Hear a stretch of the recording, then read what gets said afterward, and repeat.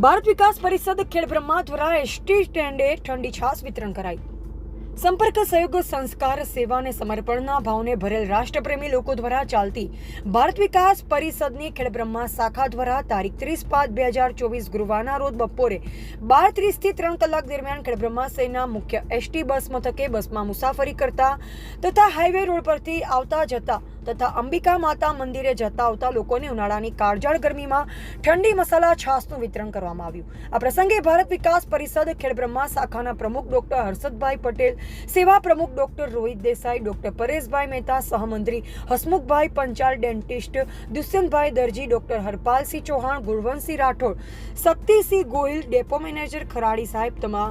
તેમનો staff, doctor Hemal Patel,